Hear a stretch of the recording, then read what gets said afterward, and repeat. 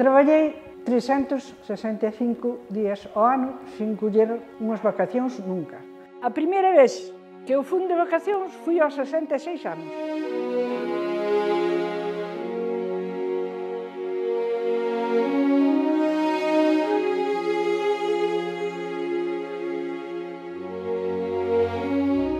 Nací nunha taberna, sigo sendo taberneira e teño espírito de taberneira. Meus pais casáronse ao terminar a guerra. No ano 45 viñeron para aquí.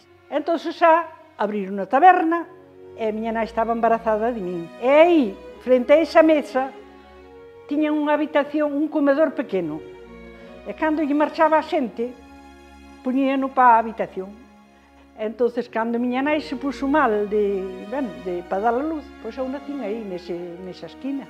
Miña nai era a que atendía a taberna, mas atendía a min, claro. E meu pai era un home que sempre anduvo ao extraperlo. Traballou ainda nas minas de Barilonca, de Santa Comba. Era moi traballador de Dios. Eu viñe da escola, había un señor que viña para aquí, sentábase aí nunha silla, eu primeiro que facía sin facer deberes ni nada, collía a baraxa para que me axudara para xogar a partida. A primeira taberna que houve nesta carretera foi a nosa. Por esta carretera había 7 tabernas nesta carretera, hasta chegar as Allas. E agora, nesta mesma carretera, non queda ninguna taberna. Que sería a nosa terra sen taberneiras como a ti, Pilucha? Eu tamén me criei nunha taberna, e iso márcate pro resto da vida.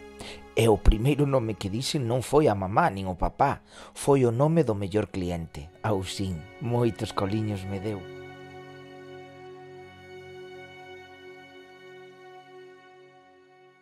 Cando me casei aos 22 anos, non era para vir para quedar aquí na casa, porque o meu home estaba en San Sebastián, en Oñate, e traballaba nunha fábrica de chocolate. Entón, a él dabanlle unha vivienda para vivir, pero claro, meu pai tiña a ilusión toda en min, e claro, eu tamén, a verdad, que marchar da casa, eu fui sempre moi casera. E claro, o home queríalle moito, o mozo, pero marchar tamén me doía moito. Papá tratou de conquistar a Juan, e dixo, pero mira, home, ves para aquí, e claro, agora temos este coche, e depois se fai falta compramos un camióncinho e tal. E así fui comprar un camión, e despois un andaba, depois papá púxose de taxi, e ele andaba cas rutas do leite, collendo as rutas do leite. E eu aquí, con miña nai sempre, traballando aquí. Juan traballou moito nesta vida. E, traballou, e ainda sigue traballando, que non ten paciencia, ainda sigue traballando. A verdade que a nosa vida foi sempre moi bonita porque casamos moi enamorados e somos vellos e estamos enamorados, os dous. Pero como é posible que dúas persoas que tanto se queren que se lle pode acabar o amor? O meu home ten 77 anos e para min, pareceme que lle quero máis hoxe ainda que cando me casei, que era nova. Piluxa é a muller, a miña compañeira de hai 54 anos, estou con ela. Unha compañeira ideal para min, sempre nos entendemos moi ben os dous, moi maravilla. Home, tuvemos as nosas cousas, máis ou menos, non? Pero nada, non cousas ni nada. Había cousas que había, poñerse de acordo. Vou facer isto, vou facer outro. Como ti queiras. Bueno, como eu queiras, non. Como queríamos os dous, ten que ser. Eu daría as gracias por aguantarme, porque eu xa lle tiña medo cando me retirei. Dixeme, o peor era contar a muller todos os días.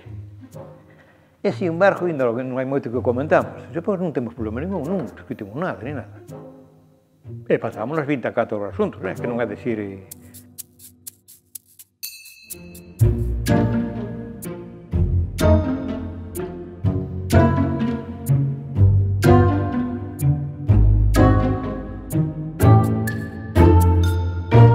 E agora sinto-me un pouco decepcionado porque non teño moito que me releve.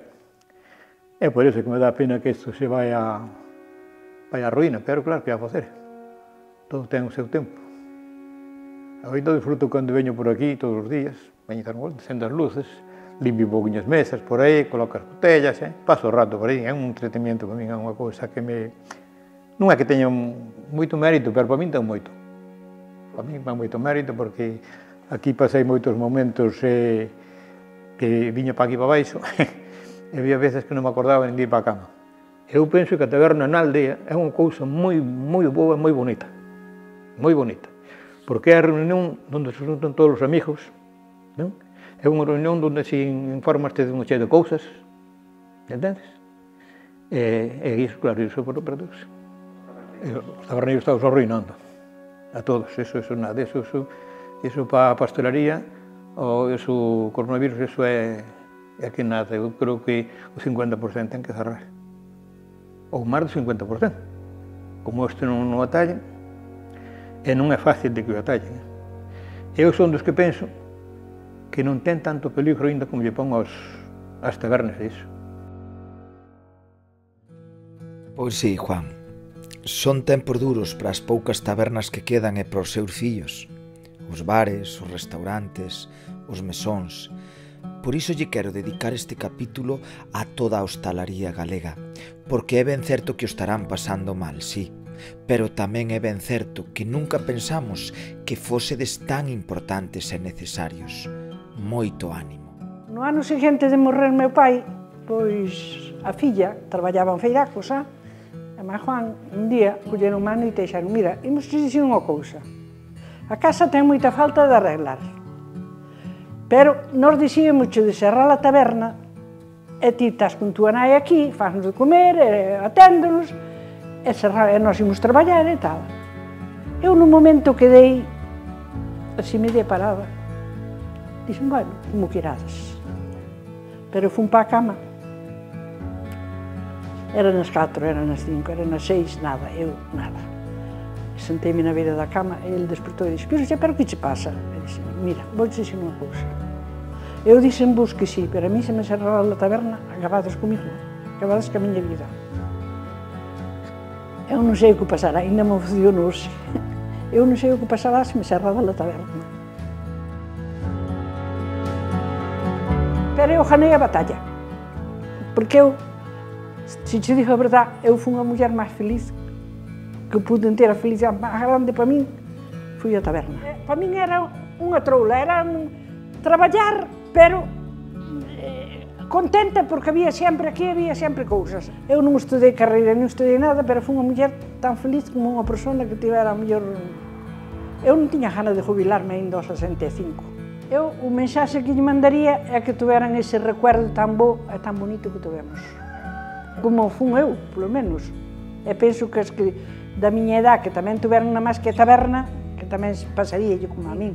Aunque, bueno, eu teño falado con algunhas que deixaron, e di, mi Pilucha, pero ti ainda che sigue acordando a taberna? Dixen, a mí sí. A mí non me acorda nada. E iso, a mí non me acorda nada, eu digo para mí, non o levabas ben dentro, Non. Porque eu xa te digo, ainda hoxe é o día hoxe, e agora principalmente con isto que estamos pasando, que estás aí encerrada na casa, se vê a televisión non ves máis que tonterías, que falaste desas cousas. Eu penso para mí e dixen, mira, ainda hoxe se tuvera a taberna, ainda viña un tomar un café, ou unha copa, ou un viño, ainda falabas un pouco. Salías á porta e vías un cunha vaca, outro cun arado, outro...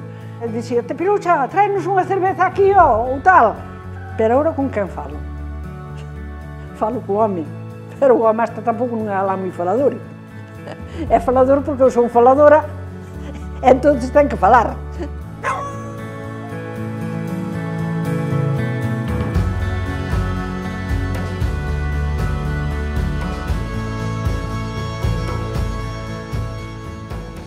O primeiro día que Arzá chegou á porta, eu pensei que me daba algo. Porque Rogelio chamara que fixéramos unhas tortillas. Estábamos facendo unha pota de rinchóns, que matáramos o porco, e estábamos facendo rinchóns tamén. Eu, cando vin chegar ao coche, e vin baixar aquel home, eu quedei fría. É moi ben, é moi ben. Despois, cando me jubilei, el xa tiña o billete quitado para vir a miña jubilación. Vamos a ver, acórdate de cando foi isto? Si, hombre, como non me vou acordar. E cando foi? Fui na minha jubilación. Ah, caralho. E esta foto foi sacada despois, non? Esta foto sí que... Que No, faltaba. faltaba, sí. Como aí, Sí. facela que non estou no álbum. No álbum, sí. Mira, aquí están Aquí están os camareros. Rogelio. Rogelio. Mira, este o pelado está lá de Benvibre tamén. O que cortaba o xamón. Eloio do Corzán. O Corzán. Fran e malo outros. Tamén. Bueno. Ai, aquí eu comendo de pé. E non, aí, sin poderme sentar. Bueno, traballando esas 300... Pero eso non extrañarás porque era todo ano así. Todo ano, 365 días. Aí. Sí, bueno. Sí. Que non cerraba no ano un día, siquera, de descanso. Bueno, pero nos hecho para eso, para traballar os 30, Os todos os días do ano. Sí, é verdade. Bueno, mira, E logo. non te acordas que Sí. miña nai, Aí cando tiña os a bolsa na teta. Os dos cartos na A bolsa teta. na teta. Porque gardaba, tiña medo que lle pulleran os cartos e gardábaos así nunha E pero bolsiña. tamén te acordas cando dicía teu pai, dicíalle, Pilar, hai que ir ao Ribeiro, cantos cartos tes para ter de viño? E de Herminio, pois teño tantos. E despois chegaba da hora, iba a lavar os barriles e dicíalle ela, a Herminio, eu non lavo máis barriles que eses. E non levo máis que eses porque ti non ten máis cartos. Bueno, pois levo outro barril máis, ou pouco máis. Me cago no carallo, non lle os cartos logo. Agacháchelos como sempre, non?